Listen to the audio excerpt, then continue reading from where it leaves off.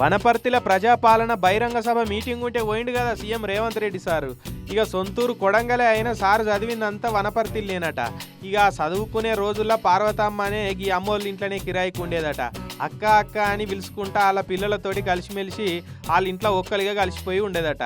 ఇవాళ వనపర్తి పోగానే sir convoy సీదా పార్వతమ్మోళ్ళ ఇంటి ముంగట ఆగింది. వీడికి సీఎం సార్ ఎందుకు వస్తున్నారో అని వాడకోటోళ్ళు అంతా పరిచయం అయ్యారట. సీదా కారు దిగి పార్వతమ్మ ఇంట్లో అడుగు పెట్టంగానే ఇది కలనా నిజమా అని జరిసేపు వాళ్ళు బీరిపోయినంత పని అయిందట.